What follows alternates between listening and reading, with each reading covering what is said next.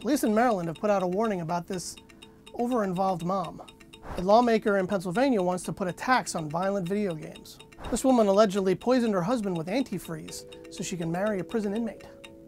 The government of Hungary wants its women to get to making babies. And to celebrate President's Day weekend, we have some fun facts about these two guys. You're watching Daily News Weekly.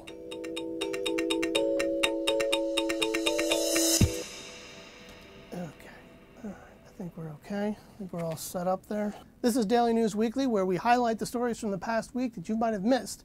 And I'm your host, Michael Sheridan. Now, you may notice we are not in the usual location. That's because Governor Cuomo came by the office today and I got kicked out of the studio. And since there really wasn't any other available spot for me to go in, I'm in the utility closet. That's right, the utility closet. Now this is love. A jail nurse in Missouri faces a murder charge after allegedly poisoning her husband, then starting a fire at her home with him inside in order to cover up the crime. All because she fell in love with an inmate.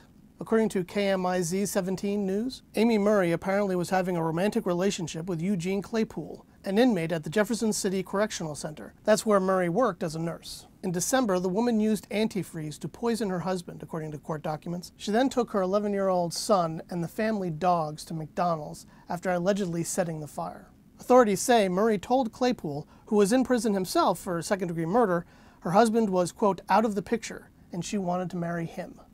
Nothing says I love you more than a good old-fashioned murder.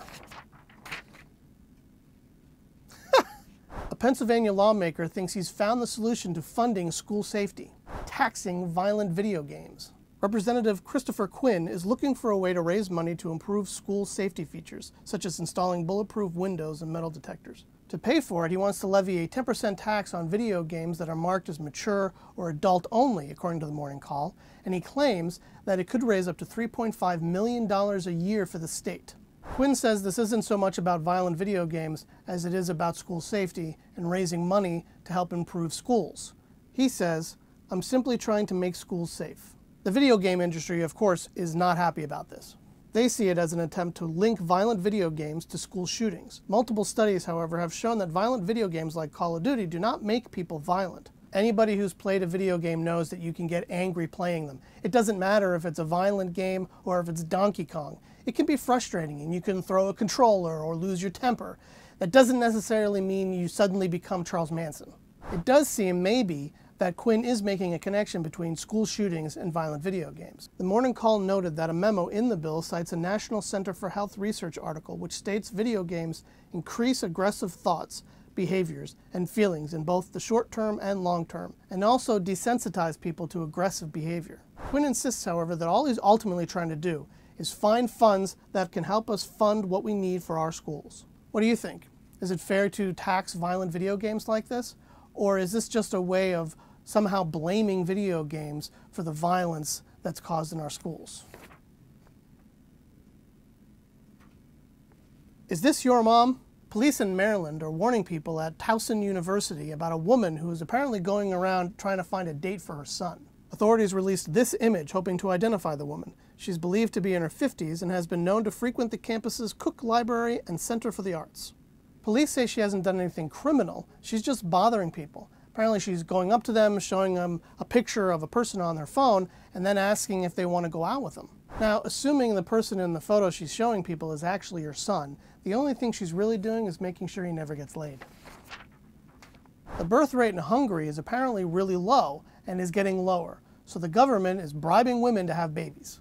In an effort to increase the nation's birth rate, which is lower than the European Union average, the government is pushing a measure which would make women exempt from income taxes for life if they have 4 or more children. The initiative also includes interest-free loans to women, and once those ladies have 3 babies, the loan's debt would be forgiven.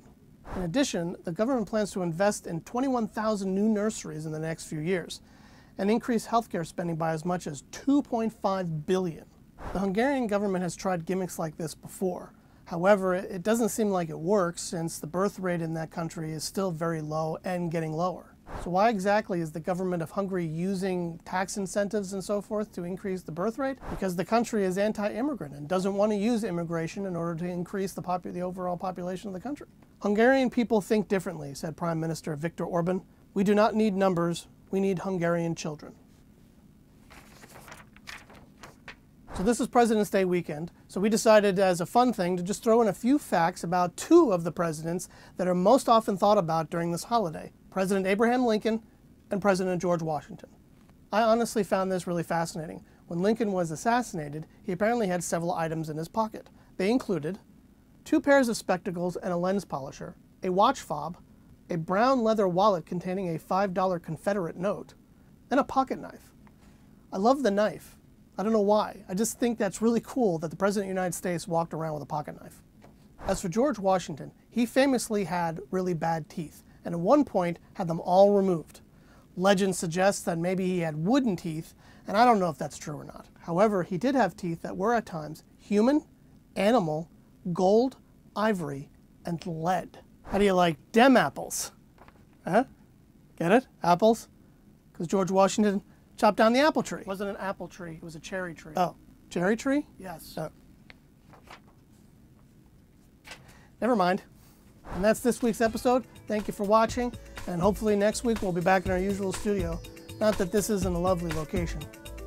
And of course, if you like this episode, please hit the like button down below, share with your friends, and if you're subscribed to this channel, don't forget, hit that bell so that way you get notifications every time a new episode is posted.